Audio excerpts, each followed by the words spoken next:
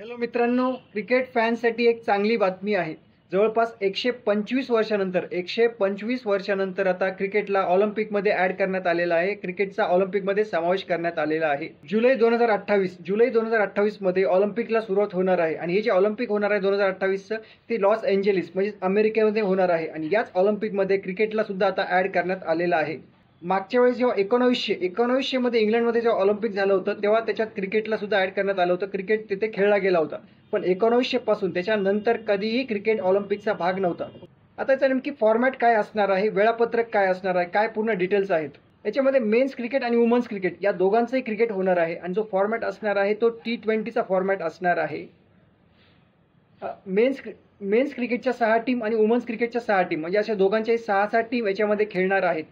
त्याची सुरुवात होणार आहे ती 12 जुलैपासून होणार आहे. 12 जुलैपासून क्रिकेटची सुरुवात होणार आहे, 12 जुलै 2028.